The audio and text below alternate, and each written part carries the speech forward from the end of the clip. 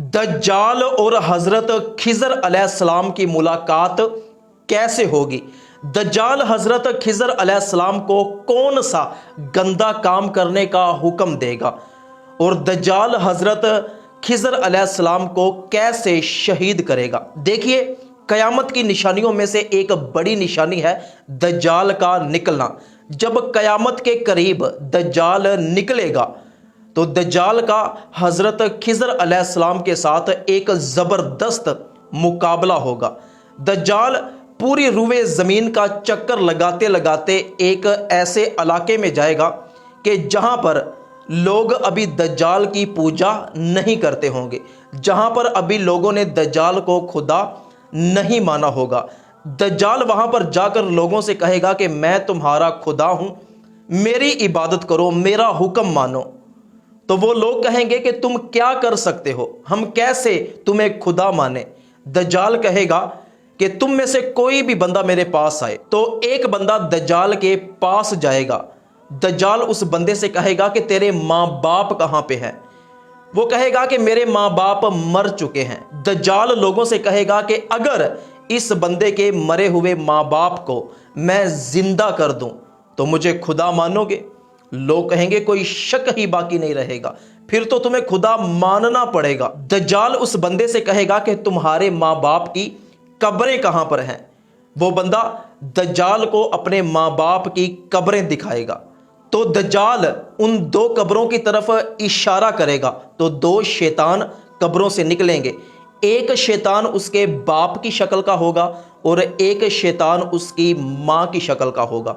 वो कहेंगे कि वाकई ही ये तुम्हारा खुदा है, ये जिंदा कर सकता है, मौत दे सकता है, यही तुम्हारा खुदा है। तो लोग दज्जाल को खुदा मान जाएंगे और उसका हुक्म मानना शुरू कर देंगे। इनमें से यहूदी होंगे और कमज़ोर ईमान वाले मुसलमान होंगे जो दज्जाल की पैरवी करना शुरू कर देंगे। और दज्जाल वहाँ पर बारिशें बरसाएगा, उनके जानवरों को मोटा ताज़ा कर देगा, उनके थनों को दूध से भर देगा, सब्जियां उगाएगा, फल उगाएगा, नहरों को चलाएगा। उसके एक हाथ में जन्नत होगी, एक हाथ में दोज़ख होगी। और जो उसको खुदा नहीं मानेगा उसको कत्ल करके वो अपनी बनाई हुई जहन्नम में फेंक देगा। इतने में एक नौजवान अपने सीने को चौड़ा करके दज्जाल के सामने आएगा और कहेगा कि तू बदबख्त है, तू वही दज्जाल है कि जिसके बारे में नबी करीम सल्लल्लाहु अलैहि वसल्लम फरमाया करते थे, मैं तो तुझ पर कभी ईमान नहीं लेके आऊँगा। दज्जाल कहेगा कि अगर मैं तुझे मार कर दोबारा जिंदा करूँ तो फिर तू मुझ पर ईमान ले आएगा।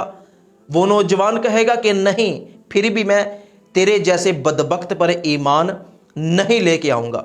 दज्जाल लोगों से कहेगा कि अगर मैं इस नौजवान को मार कर दोबारा जिंदा करूं तो मेरे बारे में तुम्हारा क्या ख्याल होगा? तो यहूदी और कमज़ोर ईमान वाले मुसलमान यानी कि मुनाफिक लोग जो दज्जाल की पैरवी करते होंगे वो कहेंगे कि तुम खुदा हो, तुम ऐसा कर सकते हो। तो दज्जाल दोनों टांगों से पकड़कर उसके जिस्म के दो हिस्से कर देगा, एक को मशरिक में फेंक देगा, एक को मगरिब में फेंक देगा और फिर उन दोनों टुकड़ों के दरमियान चलना टहलना शुरू कर देगा। लोगों पर एक हैबत तारी हो जाएगी। दज्जाल दो पत्थर उस नौजवान के जिस्म के दोनों टुकड़ों पे फेंकेगा तो वो नौजवान हंसता हंसता मुस्कुराता हुआ खड़ा हो जाएगा। दज्जाल कहेगा कि हाँ, मुझे खुदा मानता है कि नहीं? वो नौजवान कहेगा कि पहले मैं तुझे कहता था तू दज्जाल है, कज़्ज़ाब है, अब मैंने अपने रब से मुलाकात कर ली है, अब मुझे और पुख्ता यकीन हो गया कि तू झूठा है, तू दज्जाल है, तू बदबख्त है। तो दज्जाल क्या करेगा? वो उस नौजवान से कहेगा कि अगर तूने मुझे खुदा ना माना तो मैं तुझे ज़िबा कर दूंगा, कत्ल करके जहन्नम में फेंक दूंगा।